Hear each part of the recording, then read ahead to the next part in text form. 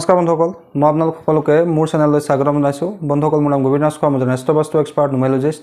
বন্ধুসকল, আপোনালোকৰ সুবিধাৰ্থে মই চেনেলটোত বাস্তুৰ সম্পৰ্কে, সংখ্যাতত্বৰ সম্পৰ্কে, জ্যোতিষৰ সম্পৰ্কে, তাৰ লগতে আপোনালোকৰ বিভিন্ন সমস্যাৰ সমাধানৰ উপায়সমূহৰ সম্পৰ্কে আলোচনা কৰি থাকোঁ। গতিকে যদিহে আপোনালোকৰ মোৰ চেনেলৰ ভিডিঅ'সমূহ চাই ভাল লাগে, অনুগ্ৰহ কৰি মোৰ চেনেলটো ছাবস্ক্ৰাইব কৰিব, ভিডিঅ'সমূহ লাইক কৰিব, কমেণ্ট কৰিব আৰু যিমান পাৰে শ্বেয়াৰ কৰিব।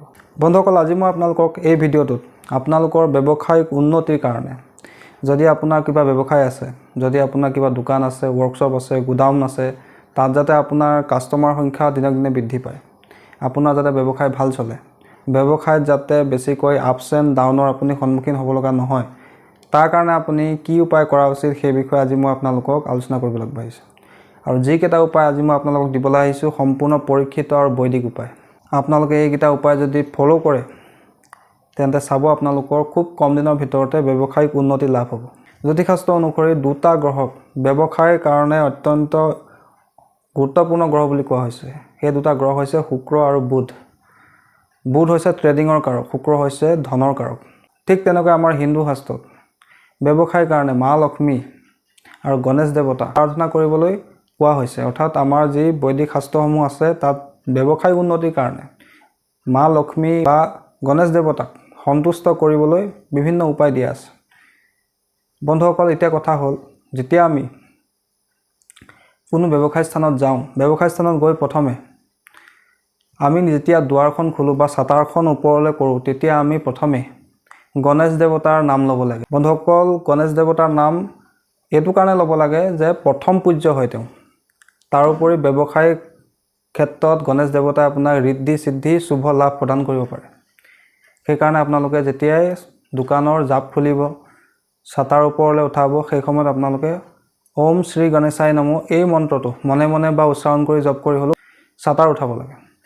তাৰপিছত আপোনালোকে দোকানত বা ব্যৱসায় স্থানত প্ৰৱেশ কৰাৰ আগমুহূৰ্তত মা লক্ষ্মীৰ 8টা নাম, অষ্টলক্ষ্মীৰ নাম ল'ব লাগে।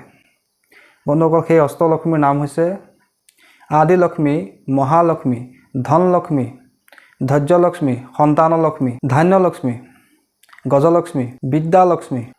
এই 8টা নাম, লক্ষ্মী মাতাৰ এই 8টা নাম আপোনালোকে ল'ব লাগে। আৰু তাৰপিছত যেতিয়া আপোনালোকে নিজৰ ব্যৱসায় স্থানত বহে, ব্যৱসায় স্থানত বহাৰ আগমুহূৰ্তত বুধ গ্ৰহৰ যি বীজ মন্ত্ৰ ওম ব্ৰাং ব্ৰিং ব্ৰং চ বুধাই নমঃ এই মন্ত্ৰটো 5 বাৰ জপ কৰি পেলাই নিজৰ আসনত বহিব লাগে। তাৰোপৰি আপোনালোকে ব্যৱসায় স্থানত চকলেটৰ কিছুমান কেণ্ডি ৰাখিব লাগে। আপোনাৰ যিকোনো ব্যৱসায় হ'ব পাৰে, আপোনাৰ গেলামালৰ হ'ব পাৰে, কাপোৰৰ হ'ব পাৰে, জোতা চেণ্ডেলৰ হ'ব পাৰে, হাৰ্ডৱেৰ হ'ব পাৰে, যিকোনো ধৰণৰ যদি বিজনেছ আপোনাৰ আছে, ব্যৱসায় স্থান আছে, অফিচ আছে, তাত আপোনালোকে এটা বয়ামত চকলেট থ'বলৈ কিন্তু নাপাহৰিব। আৰু সেই চকলেটটো কেনেকৈ ব্যৱহাৰ কৰিব লাগে, যেতিয়া আপোনাৰ অফিচত কোনো ক্লায়েণ্টৰ লগত, কোনো কাষ্টমাৰৰ লগত সৰু ল'ৰা ছোৱালী আহিব, ল'ৰা বা ছোৱালী আহিব, তেনেকুৱা সৰু ল'ৰা ছোৱালীক আপোনালোকে চকলেট খুৱাবলৈ কিন্তু নাপাহৰিব। বন্ধুসকল, যদি আপোনালোকে এই প্ৰয়োগটো ডেইলি প্ৰয়োগ কৰে, চাব আপোনালোকৰ ব্যৱসায়ত উন্নতি লাভ হ'বই হ'ব, কাষ্টমাৰ সংখ্যাও বৃদ্ধি পাব। তাৰোপৰি আপোনালোকে নিজৰ যি ডেস্ক আছে, অৰ্থাৎ আপুনি য'ত বহে তাৰ সন্মুখত যিখন টেবুল আছে বা আপোনাৰ কেছ বক্সৰ ওচৰে পাঁজৰে যি স্থান আছে, সেই স্থানত আপোনালোকে সেউজীয়া বৃক্ষ টাবত ৰুই থ'বলৈ নাপাহৰিব। যেনে লাকি বেম্বো হওক, মানি প্লেণ্ট হওক বা স্নেক প্লেণ্ট হওক, এইবিলাক কিছুমান ইনডোৰ প্লেণ্ট আপোনালোকে কিন্তু নিজৰ ব্যৱসায় স্থানত ৰাখিবলৈ কিন্তু নাপাহৰিব। তাৰোপৰি আপোনালোকে নিজৰ ব্যৱসায়ত উন্নতিৰ কাৰণে লক্ষ্মী পিৰামিড, মা লক্ষ্মীৰ যি পিৰামিড, সেই পিৰামিডো আপুনি নিজৰ ব্যৱসায় স্থানত ৰাখিব পাৰে। তাৰ ফটোখন মই আপোনালোকৰ স্ক্ৰীণত দি দিছোঁ। আপোনালোকে যিকোনো অনলাইন প্লেটফৰ্ম, ফ্লিপকাৰ্ট, এমাজন, মেছ' ইত্যাদিৰ পৰা আপোনালোকে এই পিৰামিড ভাগ আপোনাৰ নিজৰ ডেস্কত ৰাখিব পাৰে ব্যৱসায়িক উন্নতি লাভৰ কাৰণে।